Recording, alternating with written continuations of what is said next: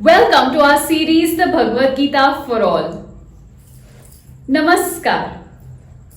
Chapter 10, Vibhuti Yog, or the Yog of Manifestation.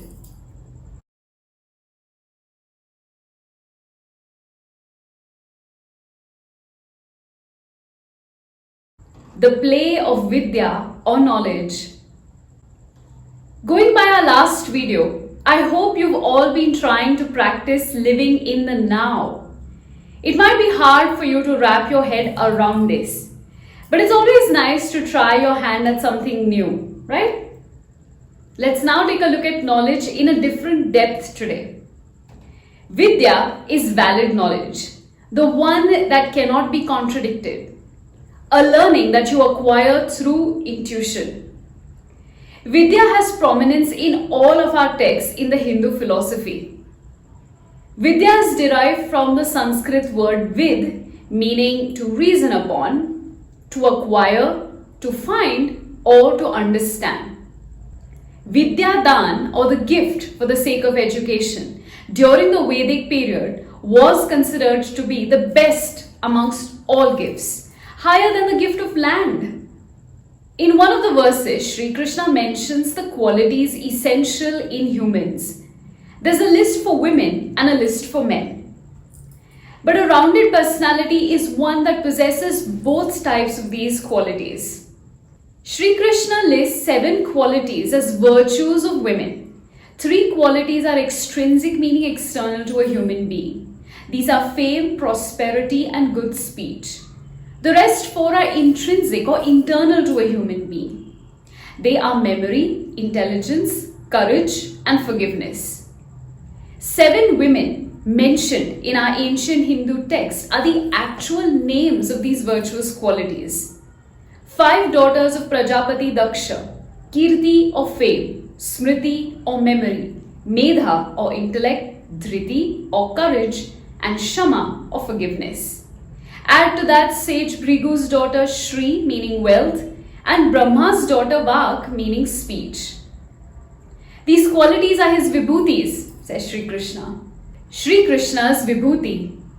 When speaking of vibhuti, Shri Krishna tells Arjun that he can find him in all the glories around him because he is the beginning, the middle, and the end. Those looking for Shri Krishna can find him in different manifestations, such as in Lord Vishnu, in one of the 12 sons of Aditi, in Lord Indra, or in Shankar Dev among the Rudras, in the priest Brihaspati, in the warrior Kartikeya, in the Chitrarth among the Gandharvas, or in Yamraj too. Among the creations of nature, Shri Krishna is in the stars that shine bright at night, in Meru, the rich mountain in heaven, in the large ocean, in the great Himalayas, in the peepal tree, in the Vajra in weapons, in Kamadhenu in cows, and in Garud in the birds. If you would like to find Shri Krishna in his intrinsic state, he is your consciousness. He is the Om sound. He is also time, he is death, and qualities like wealth, prosperity, and forgiveness. He is the Gayatri mantra, the month of Margashirsh, and the season of spring. What you're looking for is within you as much as it is around you. After all, the most beautiful things in the world cannot be seen or touched. They are felt with the heart.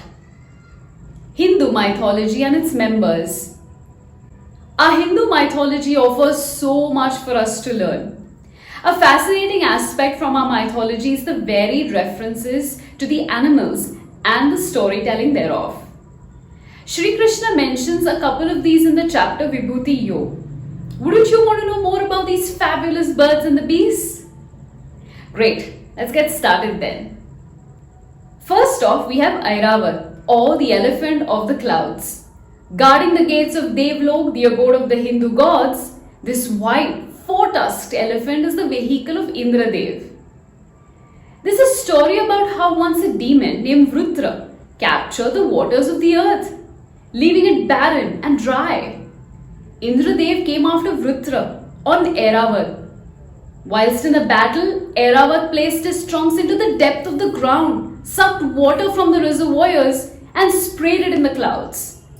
Thus, earth received rain and was no longer parched. Then we have Uchvhaihshavas, a snow-white seven-headed flying horse, which was the vehicle of Mahabali, or the king of demons. The horse was one of the treasures that churned up during the churning of the milk ocean, bringing up Amrit, the nectar of immortality. Now we have Garud, the vehicle of Lord Vishnu and the sworn enemy of serpents. His wingspan was so large that it was said it could cover the sun. Garud is known for his unselfishness, strength and bravery. Last but not the least is the miraculous wish-granting cow Kamadhenu. Believed to have come out from the churning of the great ocean of milk, she was capable of producing weapons, armies of warriors, and entire cities within her. Mythology is enchanting. Belief aside, there is always a lesson to be learned from the stories or the references. What would you like to be today? Brave, unselfish, compassionate, or giving? There's a whole lot to choose from. No matter what you choose, it will lead to knowledge or vidya for your soul. Knowledge is power and ignorance is curse. Therefore, choose wisely. I'll see you next time. Dhanyavad.